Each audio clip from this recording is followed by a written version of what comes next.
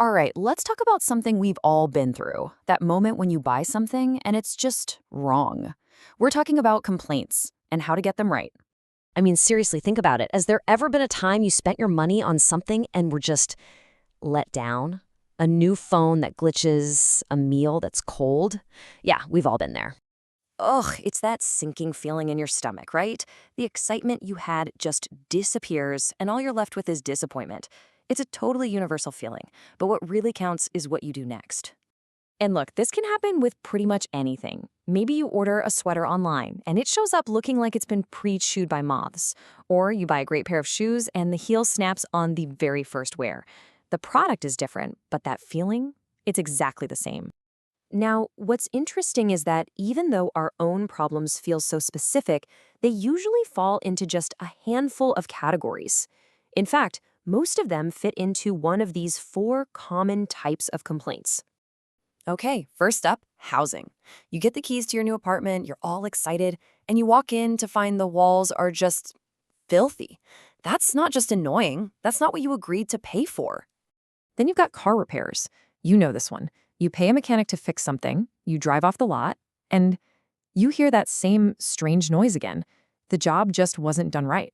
Of course, it happens with stuff you buy too, like clothes. You bring home a new jacket, you're ready to show it off, and then you spot it. A torn sleeve. That's a defective product, plain and simple. And the last one. This is a biggie. Products, especially electronics. Your computer just crashes. Total brick.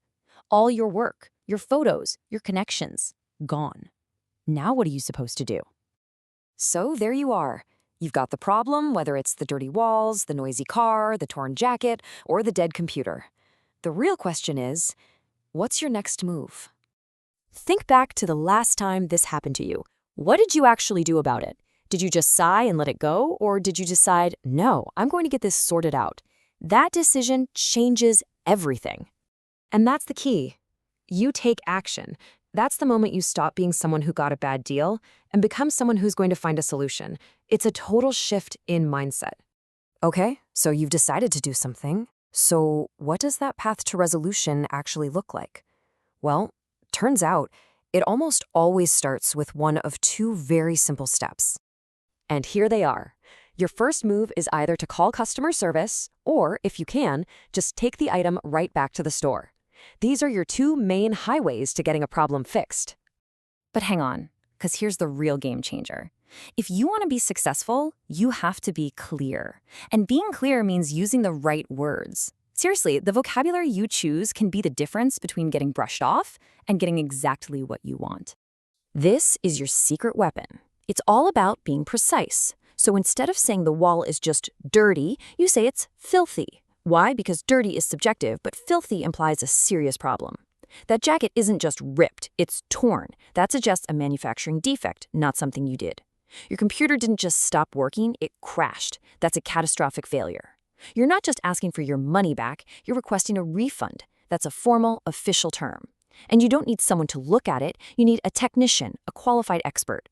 See the difference? Each word adds weight and seriousness to your claim. So when you boil it all down, what's the real secret to a successful complaint? Well, it's not just about being angry. It's about using those powerful, precise words. It's about staying calm, but firm. And it's about knowing exactly what you want: a repair, a replacement, or a full refund. The big takeaway here is that clarity is your superpower.